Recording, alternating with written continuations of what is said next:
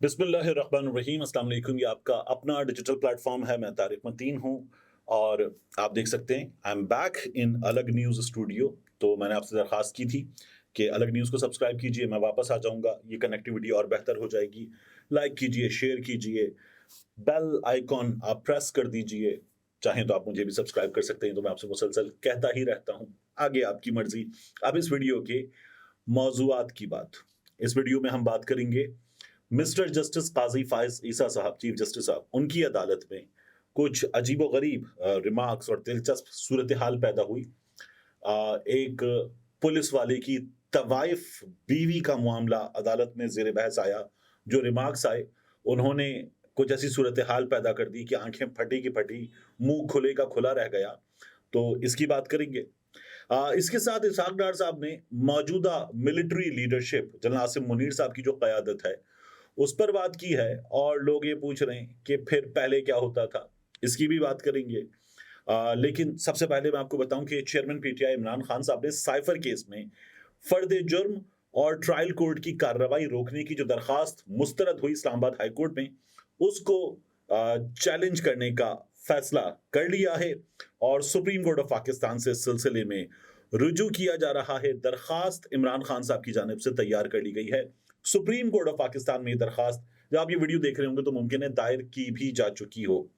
عمران خان صاحب کے جو وکیل ہیں حامد خان صاحب، ان کے ذریعے سپریم کورٹ آف پاکستان سے سلسلے میں رجوع کیا جا رہا ہے۔ اسلام آباد ہائی کورٹ نے جو 26 اکتوبر کو فرد جرم مسترد کرنے کا فیصلہ سنایا تھا، اس فیصلے کو چیلنج کیا جائے گا۔ جو پتہ چل رہا ہے درخواست کے متن کے حوالے سے، سپریم کورٹ آف پاکستان سے درخواست کی جائے گی کہ اسلام آباد ہائی کورٹ کا 26 اکتوبر کا اور ٹرائل کورٹ کا 23 اکتوبر کا فیصلہ، دونوں فیصلے کالعدم قرار دیے جائیں۔ آفیشل سیکرٹ ایکٹ کی خصوصی عدالت نے 23 اکتوبر کو فرد جرم عائد کی تھی۔ چیئرمین پی ٹی آئی نے 9 اکتوبر کا مکمل دستاویزات کی فراہمی سے متعلق ٹرائل کورٹ کا حکم نامہ چیلنج کر رکھا تھا۔ درخواست میں یہ بتایا گیا ہے کہ اسلام آباد ہائی کورٹ کے فیصلے کا انتظار کیے بغیر چالان تقسیم کیا گیا، جو عمران خان صاحب کے وکلا کے مطابق درست نہیں ہے۔ ٹرائل کورٹ نے دستاویزات کی فراہمی کے 6 دن بعد فرد جرم عائد کر دی۔ یہ ٹیکنیکل فلا کی جانب نشاندہی ہے، یہ تکنیکی خامی کی جانب نشاندہی ہے، کیونکہ چالان کی تقسیم کے 7 روز کے بعد فرد جرم عائد ہو سکتی ہے، مگر یہ 6 روز کر دیا گیا۔ یہ عمران خان صاحب کے وکلا کی سپریم کورٹ آف پاکستان میں پلی ہے۔ اس میں ہوگا کیا دیکھنا ہوگا، کیونکہ مسٹر جسٹس قاضی فائز عیسیٰ صاحب، عمران خان صاحب کے حوالے سے عدالت نے ایک بار کہا تھا جب قاضی فائز عیسیٰ صاحب چیف جسٹس نہیں تھے کہ وہ عمران خان صاحب کے کیسز جو ہے وہ نہیں سنیں گے۔ وہ خود عمران خان صاحب کے 1 سے 2 معاملات میں تب از خود نوٹس لے چکے تھے۔ ساتھ ہی سائفر کے حوالے سے مسٹر جسٹس قاضی فائز عیسیٰ صاحب جو ہیں، جب یہ چیف جسٹس نہیں تھے تب انہوں نے اپنا مائنڈ ڈسکلوز کر دیا تھا اور کہا تھا کہ یہ تو سیکرٹ ڈاکیومنٹ ہے، میرے سامنے آتا میں تو آنکھیں بند کر لیتا۔ اب جب آئے گا اور یہ بھی معاملہ اٹھایا جائے گا کہ یہ ڈاکیومنٹ جس کی بنیاد پر یہ کارروائی چل رہی ہے وہ ڈاکیومنٹ موجود ہی نہیں ہے، نہ عدالت کے سامنے موجود ہے، نہ دونوں جانب کے وکلا کے سامنے موجود ہے، تو پھر کارروائی چل کیسے رہی ہے؟ تو قاضی فائز عیسیٰ صاحب اس سلسلے میں ایک موقف رکھتے ہیں۔ بڑا دلچسپ ہوگا کہ وہاں پر کیا ہوتا ہے۔ میری جن ماہرین قانون سے بات ہوئی، انہوں نے کہا ایسے کیس چل نہیں سکتا، یہ ممکن نہیں ہے۔ لیکن اب سپریم کورٹ آف پاکستان میں کیا ہوتا ہے ہمیں دیکھنا ہوگا۔ انٹرسٹنگ صورتحال بننے جا رہی ہے۔ اس کے بعد قاضی فائز صاحب کی عدالت میں آج کچھ ایسا ہوا کہ وہ مسلسل سوشل میڈیا پر ڈسکس ہو رہا ہے۔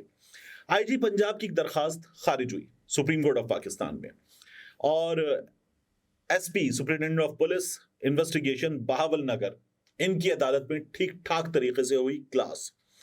اور ہوا یہ کہ ایک درخواست آئی، ایک پولیس والے کو معطل کیا گیا، ایک پولیس کانسٹیبل کو، اور بتایا یہ گیا کہ یہ ایک خاتون کے ساتھ نازیبا حرکات کرتا ہوا پایا گیا۔ پولیس کے مخبر نے خبر دی، پولیس کے مخبر کی خبر پہ چھاپا مارا گیا۔ پولیس والا خود وہاں پر مخبر کی خبر کے بعد جب جا کر دیکھا گیا تو وہ خاتون کے ساتھ نازیبا حرکات کر رہا تھا، اسے وہاں پر پکڑا گیا۔ یعنی پولیس یہ کہہ رہی کہ بندہ رنگے ہاتھوں پکڑا گیا، اور اس خاتون کے بارے میں پولیس نے بتایا کہ یہ طوائف خاتون۔ اب ایڈیشنل ایڈوکیٹ جنرل انہوں نے بتایا کہ یہ سب کچھ ہوا، ریڈ کیا، ریڈ کے نتیجے میں یہ نکلا۔ اب قاضی فائز عیسیٰ صاحب نے سوال کیا کیا، انہوں نے کہا کیا پنجاب پولیس کے پہلے اس سے پہلے یہ جان لیجیے کہ اس خاتون نے، جس کے بارے میں پولیس کہتی طوائف ہے، اس خاتون نے یہ کہا کہ یہ بندہ جو ہے یہ میرا شوہر ہے۔ تو صورتحال اور وہاں پر دلچسپ ہو گئی۔ اب قاضی فائز عیسیٰ صاحب جو ہیں وہ یہ پوچھتے ہیں کہ کیا پنجاب پولیس کے مخبر اپنے ہی اہلکاروں کی مخبری کرتے ہیں کہ کون کہاں رات گزارتا ہے؟ کیا بہاول نگر میں آج کرائم ریٹ 0 ہو چکا ہے؟ جو ایس پی خود اٹھ کر ایک معمولی کیس لے کر سپریم کورٹ آ گئے۔ افسران تو ایسے آئے ہیں جیسے یہ اتنا بڑا کیس ہے کہ پاکستان کی دیواریں ہل جائیں گی۔ یہ قاضی فائز عیسیٰ صاحب نے سوال کیا۔ اطہر من اللہ صاحب نے جو سوال کیا، سپریم کورٹ آف پاکستان کے جج مسٹر جسٹس اطہر من اللہ صاحب قابل احترام، انہوں نے کہا کہ پولیس غیر قانونی ریڈ کر کے اپنے اختیارات کا ناجائز استعمال کر رہی ہے۔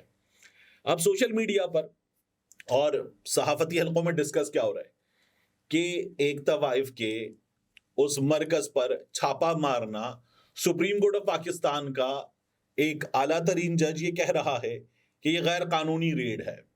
تو کیا ہمارے ملک میں اس کاروبار کو قانونی حیثیت دے دی گئی ہے؟ کیا سپریم کورٹ میں یہ بات کی جا رہی ہے کہ اس جگہ چھاپا غیر قانونی مارا گیا ہے؟ تو کیا legal cover Supreme Court of Pakistan کے ریمارکس کے نتیجے میں ہمیں یہ نظر آ رہا ہے کہ مل چکا ہے؟ ایک بات۔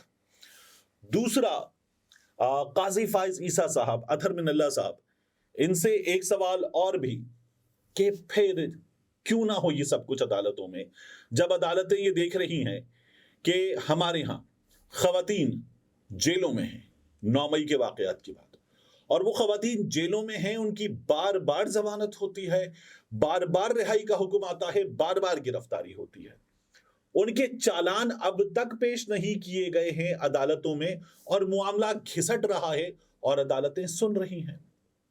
ہمارے ہاں عدالتوں میں ایک 76 سال کے آدمی کو پولیس بار بار ادھر ادھر مختلف شہروں میں لے کر گھوم رہی ہے، پیش کرتی ہے، عدالتیں رہا کرتی ہیں، یہاں تک کہہ دیتی ہیں کہ اسے چھوڑ کر آؤ اس کے گھر، اور پولیس والا خود چھوڑ کر آئے گا، لیکن رستے سے اس بزرگ کو ڈنڈا ڈولی کر کے گرفتار کیا جاتا ہے، اٹھا کر لے جایا جاتا ہے، اور ہم یہ صورتحال دیکھ رہے ہیں۔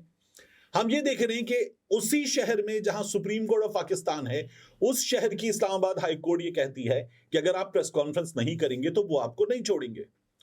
اگر ہم یہ سب کچھ دیکھ رہے ہیں کہ ایک شخص جس کے ایک بھائی کی وفات ہوئی، دوسرے بھائی کی وفات ہوئی، اس کی بہن کی وفات ہوئی، وہ تحریری درخواست دے دیتا ہے کہ مجھے جنازے میں تو جانے دو، اور اس کو جنازے میں بھی نہیں جانے دیا جاتا، اور عدالتیں کچھ نہیں کر پاتی، تو پھر یہ جو صورتحال عدالت کے سامنے آئی ہے، پولیس کا یہ کارنامہ، یہی کارنامہ آئے گا عدالت میں۔ عدالت اگر پولیس کو اس کا کام کرنے پر پہلے مجبور کر دیتی تو یہ صورتحال نہ ہوتی۔ پاکستان کا سب سے مقبول صحافی اپنا مقدمہ لے کر اس کے والد عدالت آتے ہیں، اور وہ مقدمہ چلتا رہتا ہے، پھر جب وہ واپس آتا ہے تو اس کا حال دیکھ کر اس کے ساتھی صحافی آنسوؤں سے روتے ہیں۔ اس کی آواز کے بارے میں بتاتے ہوئے ہم تمام دوست یہ بتاتے ہیں کہ وہ جو سب سے خوبصورت بولنے والا انسان تھا، وہ اب بولنے میں تکلیف محسوس کر رہا ہے، اس کی زبان میں لکنت اس قدر ہے کہ اتنا بڑا حقلا ہم نے کم ہی دیکھا ہے۔ یہ صورتحال ہے، اور یہ صورتحال پاکستان کی عدالتوں کے سامنے ہے، جہاں ایک 78 برس کی غالباً عمر کی عورت، کینسر کی پیشنٹ، عدالتوں کے چکر لگاتی ہے، جہاں اعجاز چودھری صاحب 2 بار درخواست دے چکے کہ میرے پلیٹلیٹ بھی گر رہے ہیں، میں بیمار ہوں، مختلف بیماریاں ہیں، مجھے علاج کی سہولت دے دی جائے، وہاں یہ ہو رہا ہے۔